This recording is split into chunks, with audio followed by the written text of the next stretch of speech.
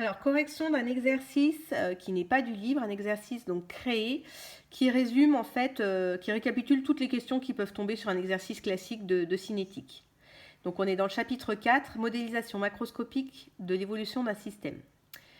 Donc première question, on vous demande de dresser le tableau d'avancement de la réaction. Donc avant de dresser le tableau d'avancement, il faut calculer la quantité initiale des réactifs. Donc on a deux réactifs, le CaCO3 qu'on met sous un solide. Donc on a la masse 2 grammes, on a la masse molaire qu'on peut calculer, donc on a la quantité de matière qu'on a de CaCO3. CaCO3 est un solide ionique, donc il est constitué d'ions. Il y a des ions Ca2+, et des ions CO3-, les ions donc calcium et les ions carbonate. Et un solide ionique est neutre, donc en fait il y a autant d'ions calcium que d'ions carbonate, donc c'est pour ça que la quantité de matière est égale à 2, 10-3 pour chacun des ions. Le deuxième réactif, c'est les ions H+, hydrogène. On a la concentration, on a le volume, donc on utilise N égale C fois V pour calculer la quantité de matière. Une fois qu'on a les deux quantités de matière, on peut dresser notre tableau d'avancement de l'évolution de notre réaction et on retrouve pour l'état initial les quantités de matière qu'on vient de calculer ici. On dresse notre tableau d'avancement, moins x, moins xf, parce qu'ici on a un coefficient stoichiométrique égal à 1. Ici on a un coefficient stoichiométrique égal à 2, donc moins 2x, moins 2xf. J'ai considéré que la réaction n'était pas totale, donc un équilibre chimique, avec un xf pour l'état final. Deuxième question, on vous demande si la réaction peut être considérée rapide ou lente. Alors en fait, elle est lente parce que ici, on voit avec le tableau de l'énoncé qu'en fait, le temps où on suit l'évolution du volume de CO2 qui a été produit est un temps qui peut aller jusqu'à des centaines de secondes. Donc ça, à l'œil nu, on peut le voir, ou alors on peut observer l'évolution avec du matériel du laboratoire, donc c'est la définition d'une réaction lente. Troisième question, on vous demande à partir de quel temps on obtient l'état final. Donc si je redonne l'évolution du volume en fonction du temps qui est donné dans le tableau sur l'énoncé, eh ben on voit que pour 400 secondes, on a 120 millilitres produits de CO2 et pour 420, on a également 120. Ça veut dire que là, les quantités de matière n'évoluent plus. C'est la définition de l'état final. Donc l'état final est obtenu pour 400 secondes. Question 4, il faut remplir le tableau en calculant ici l'avancement en fonction du temps.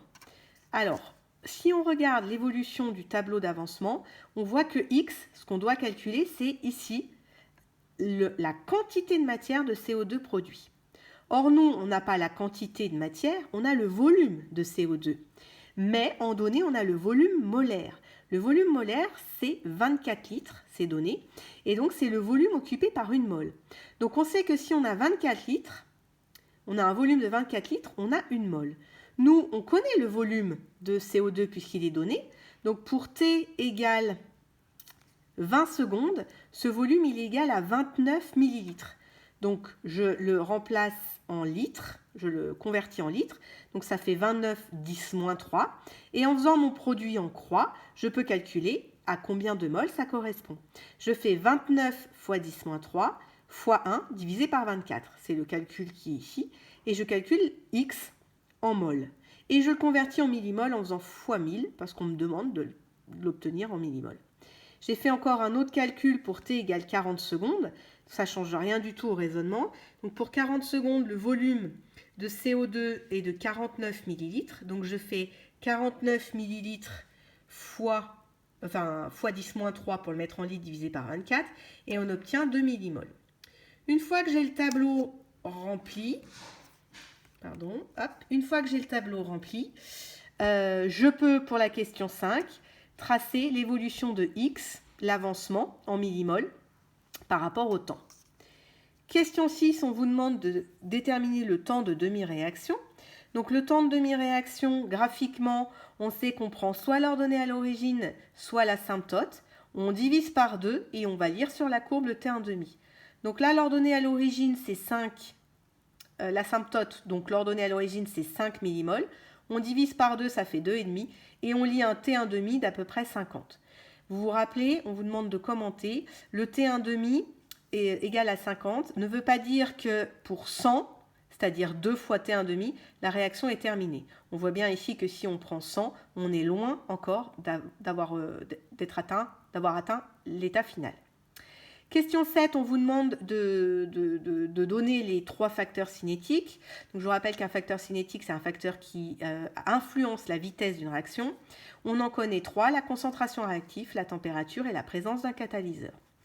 Question 8, attention, il y a un petit piège. On vous demandait de calculer la vitesse d'apparition de l'acétate à t égale 0, sachant qu'on sait qu'on doit tracer la tangente à t égale 0, à la courbe, et qu'on doit lire le coefficient directeur. Oui, mais attention, parce que ici, l'ordonnée, c'est x, c'est des moles, enfin des millimoles, mais c'est une quantité de matière. Alors que normalement, la définition de la vitesse de disparition ou d'apparition, donc ici c'est d'apparition, c'est égal à la dérivée de la concentration par rapport au temps. Et donc, là, on n'a pas une concentration, mais on a une quantité de matière. Donc, pas très compliqué. La concentration, on sait que c'est N sur V. Donc, pour avoir, comme je lis ici, quand je calcule le coefficient directeur de la pente, je fais delta Y sur delta V. Le delta Y, je vais prendre donc ce point-là, 5, moins ce point-là, 0. Donc, 5 moins 0. Mais ça, c'est des moles. Donc, je vais diviser par le volume pour revenir à une concentration. Et le volume est de 100 ml. Donc, j'ai fait 5 divisé par 100 ml. Et puis 0 divisé par 100 ml, mais ça fait 0. Et la variation des x, c'est donc ici 75 moins 0. On sait que la vitesse doit être positive. On a ici une pente positive et on obtient 0,67 millimoles par litre par seconde. On aurait pu le faire avec les valeurs du tableau, au lieu de tracer la tangente à la courbe. Donc, je rappelle qu'on prend le point à t égale 0 et le point qui est juste après. Et on a exactement le même piège, c'est-à-dire qu'on a le x en millimoles dans notre tableau. On n'oublie pas de diviser par le volume pour revenir à une concentration, puisque la vitesse, c'est la variation de la concentration par rapport à une variation de temps. Dernière question, on vous demandait de tracer cette courbe dans 2 cas.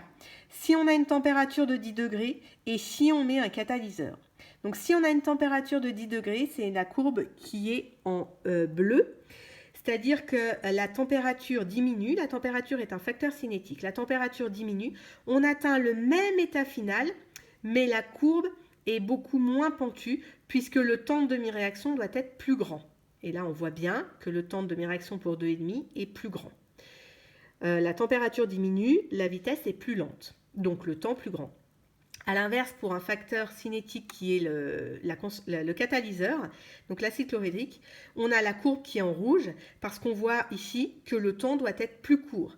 La vitesse de la réaction augmente avec la présence d'un catalyseur. Et on voit bien à 2,5 que le temps de demi-réaction sera plus petit que 50.